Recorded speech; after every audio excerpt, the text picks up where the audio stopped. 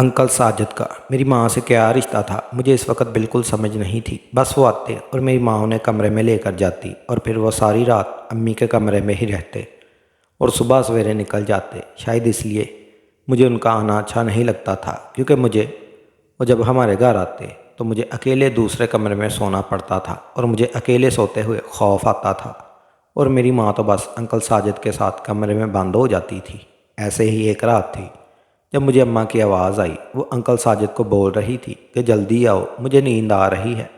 ये सुनकर मैं खौफ ज़्यादा हो गई, यानी कि आज फिर अंकल साजिद आने वाले थे और आज फिर मुझे अकेले सोना था। अचानक से मेरे जहन में ख्याल आया और मैंने सोचा क्यों ना मैं बेड के नीचे छुप जाती हूँ और बेड के नीचे ही सो जाती हूँ। मेरी माँ और अंकल साजिद को पता ही नहीं चलेगा कि कमरे में मैं मौजूद हूँ। अम्मी का जो बेड था वो थोड़ा ऊंचा था, इस वजह से मेरे लिए नीचे छुपने की अच्छी खासी गुंजाइश मौजूद थी। जब भी मुझसे कोई गलती हो जाती और अम्मी मुझे मारने की कोशिश करती तो मैं इसी बेड के नीचे छुप जाती और घंटों छुपी रहती और अम्मी को नज़र ना आती। इसलिए मुझे काफ़ी इत्मीनान था कि अगर मैं बेड के नीचे सो जाऊंगी तो अम्मी को सुबह तक पता नहीं चलेगा। वो यही समझती रहेंगी कि मैं दूसरे कमरे में सो रही हूँ। अम्मी मुझे दूसरे कमरे में लेकर आई और मुझे सोने का कहा। मैं सोने की अदाकारी करते हुए आंखें बंद करने लगी। अम्मी को जब तसल्ली हो गई कि मैं सो गई हूँ तो वह कमरे से बाहर निकल गई और मैंने देखा कि वो घर के अंदर दाखिली दरवाजे के पास खड़ी थी। शायद अंकल साजिद का इंतज़ार कर रही थी।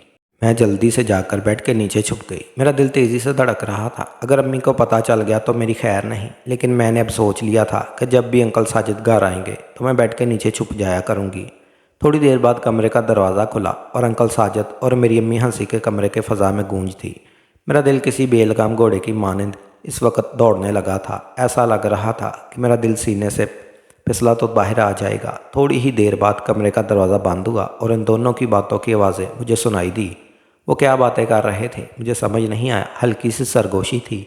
मेरी माँ की चूड़ियों की खनक मुझे सुनाई दे रही थी और अंकल साजिद की सांसों की आवाज़ आ रही थी। अब उनके माँ बहन मुकम्मल खामोशी थी। ना जाने वो क्या कर रहे थे। मैं सोच में पड़ी थी। मैं यहाँ सोने के लिए छुपी थी, लेकिन पता नहीं क्यों मुझे नींद नहीं आ रही थी। अभी तक कमरे की लाइट ऑन थी। मुझे तो जैसा होने लगा कि इतनी खामोशी क्यों हो गई। वो लोग अगर बातें नहीं कर रहे हैं तो फिर क्या कर रहे हैं। मैंने सोचा मैं थोड़ा सा सर ऊपर उठा के बेड की दूसरी जानब से देखती हूँ कि वो दोनों क्या कर रहे हैं। बहुत हिम्मत की मैं बेड के उस कोने पर गई जहाँ मुझे अंदाज़ा था कि वो दोनों मुझे नहीं देख सकते। मैंने थोड़ा सा सर ऊंचा करके उनको देखना चाहा तो मुझे कुछ समझ नहीं आया कि वो दोनों क्या कर रहे हैं। लेकिन जो भी कर रहे थे शायद गलत ही कर रहे थे। मेरे छोटे से दिमाग में ये बात सबसे पहले आई थी।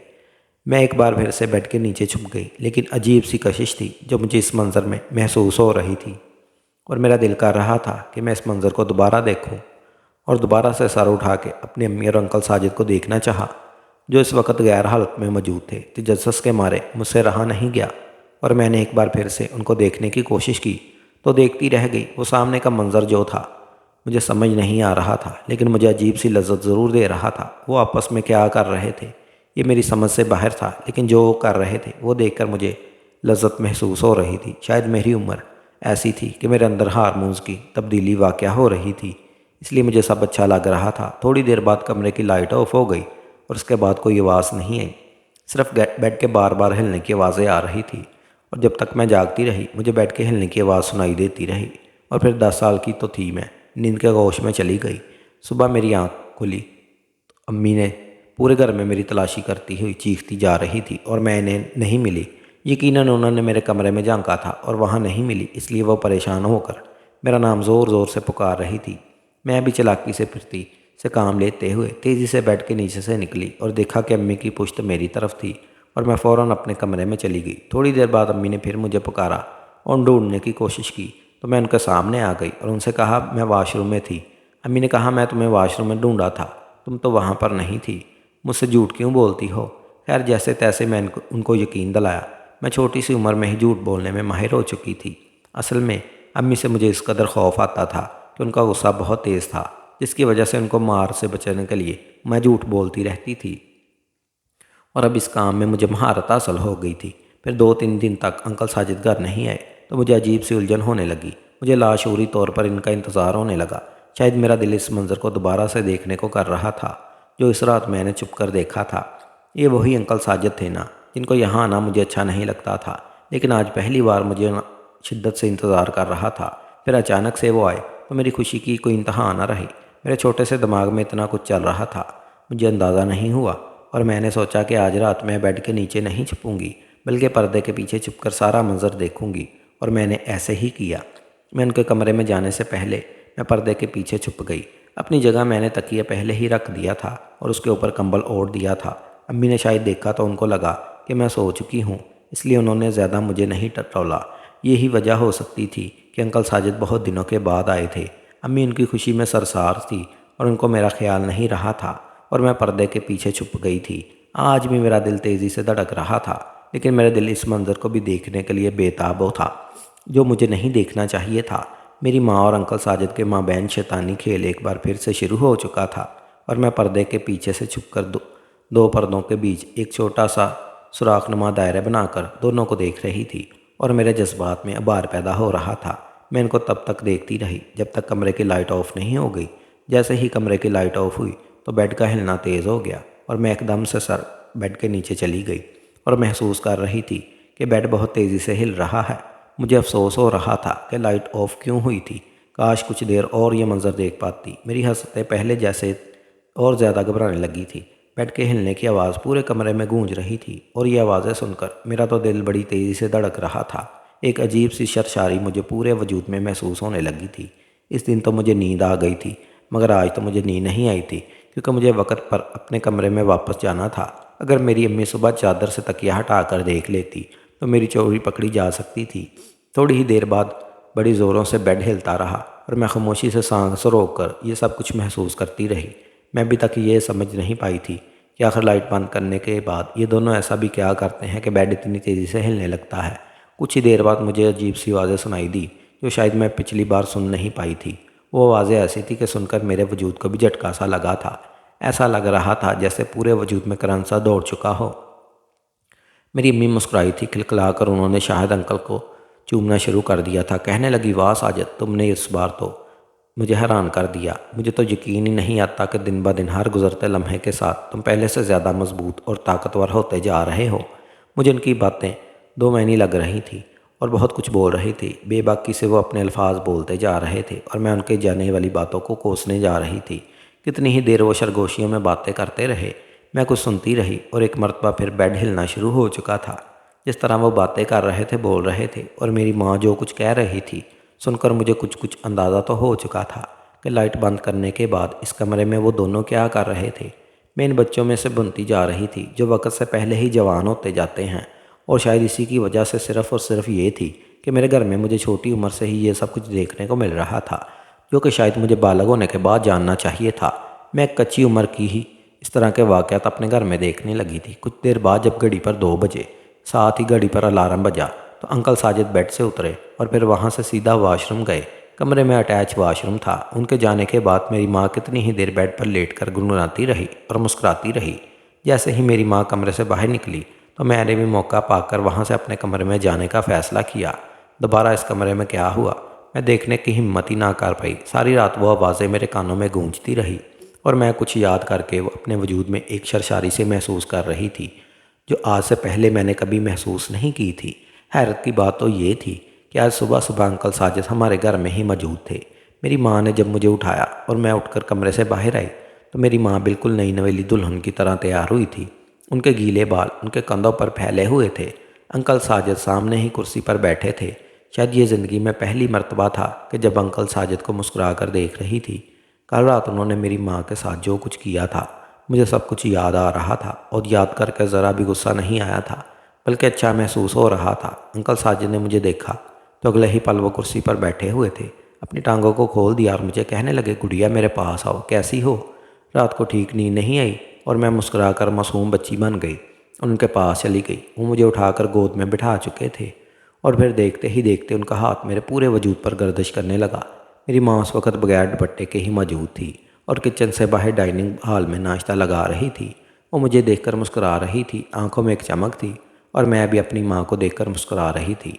मेरी माँ ने आकर मेरे सर पर प्यार किया, जबकि उसके साथ ही अंकल साजिद ने मेरे गाल पर अपने लब रख दिए और वो मुझे मुसलसल चूमने लगे थे। अपनी गोद में बिठाकर मज़ीद ज़ोर से अपने साथ लगा लिया था और चूम कर कह रहे थे, शमीम तुम्हारी बेटी से मुझे तुम्हारी खुशबू आ रही है।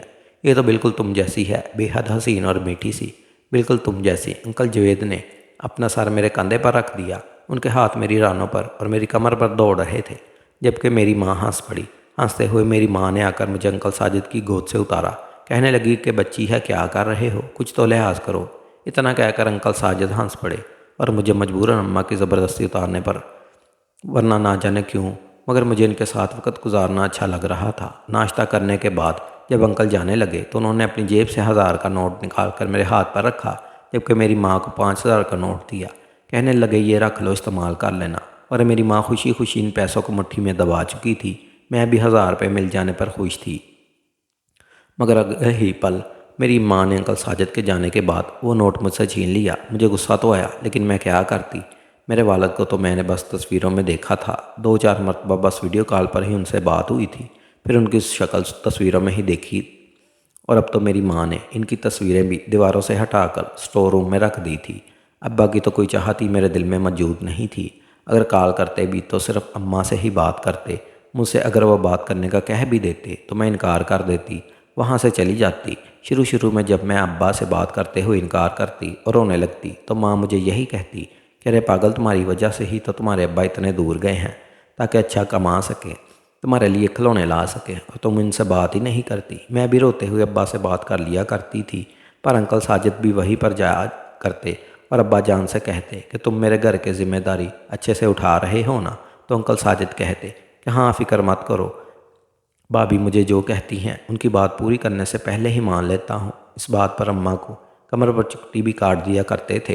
इस वक्त तो ये सब कुछ मुझे खेल सा लगता था, लेकिन जैसे जैसे मेरी उम्र बढ़ने लगी और मैं समझदार होने लगी, स्कूल में जब सहेलियाँ बनाने लगी, उनसे बात करती, वो मुझे अपने घर के बारे में बताती और मैं अपने घर के बारे में बताती कि घर में मेरी अम्मा है और अंकल साजिद हैं जो अक्सर हमारे घर आते रहते हैं। तो मेरी सहेलियों का सबसे पहले सवाल यही होता था कि अंकल साजिद कौन है, तुम्हारे चाचू हैं या मामू या फिर ताया। आज तक कोई रिश्ता अंकल साजिद का मुझे बताया ही नहीं गया था। कम से कम वो ना ही मेरे मामू थे और ना चाचू। वो तो मेरी अम्मी के साथ जिस तरह का तल्लक रखते थे मैं किसी को बता नहीं सकती थी। धीरे धीरे मुझे अपने घर का माहौल और अपनी अम्मी की आदत बुरी लगने लगी, लेकिन मैं चाहकर भी अपनी माँ को बोल नहीं सकती थी। आप जो कर रही हैं वो गलत है, ऐसा करना बंद कर दें। मेरी उम्र अब 14 बरस हो चुकी थी और उस वक़्त से पहले ही मैं जवान होने लगी थी। मेरी माँ एक सेहतमंद औरत थी और यही वजह थी कि उसकी उम्र में मेरे जिस्म पर भी गोश्त चढ़ने लगा था। मैं अपनी उम्र से बड़ी लग रही थी। जब भी घर से जाने लगती तो मेरी माँ मुझे एक बड़ी सी चादर दे दिया करती। कभी कभार तो गाली देकर ये भी कह देती कि मोटी होती जा रही है तो तेरे जिस्म के उभार साफ दिखाई देने लगे हैं, खट्टी चीज़ें कम खाया कर, बिला वजह लोगों की नज़रों में आ रही है। तो वो अंकल साजिद जब घर आए तो दुपट्टा करके बाहर आया कर, ऐसे ही बाहर निकल आती है। मैंने अम्मा की सारी बातें सुन ली और उन पर अमल भी किया। अंकल साजिद जब भी आते थे और अभी भी कमरे में बंद होकर मेरी माँ के साथ वक्त गुजारते थे। कभी कभार जज्बात के हाथों में मजबूर हो जाती या फिर कमरे में क्या चल रहा है ये देखने को जी चाहता तो मैं दरवाजे से कान लगा लिया करती। अंदर से आने वाली आवाज़ें मुझे साफ सुनाई दिया करती थी और जैसे ही मुझे लगता कि कमरे से बाहर आने लगा है तो मैं झट से हटकर अपने कमरे में आ जाती। जैसे जैसे मैं बड़ी हो रही थी अंकल साजिद की नज़र अब मुझ पर भी पड़ने लगी थी। वो मुझे गलत नज़रों से देखने लगे थे, बिल्कुल वैसे ही जैसे वो अम्मा को देखा करते थे। मुझे ये सब कुछ अच्छा नहीं लगता था।